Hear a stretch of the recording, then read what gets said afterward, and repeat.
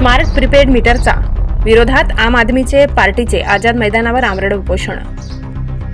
महाराष्ट्रात smart prepaid मीटरच्या विरोधात तीव्र पडसाद उमटताना दिसत आहे। सध्या महाराष्ट्रात महावितरणने विजेचे सध्याचे मीटर बदलून स्मार्ट प्रीपेड मीटर लावण्याचा निर्णय संबंधित प्रशासनाने घेतला। हे मीटर एखाद्या मोबाईल प्रमाणे कार्य करणार असून रिचार्ज संपला की हे मीटर बंद होईल व प्रीपेड मीटरचा गुजरात राज्यात लोकांनी प्रखर विरोध केला असून लावलेले प्रीपेड मीटर काढण्याची वेळ गुजरात प्रशासनाला आली होती।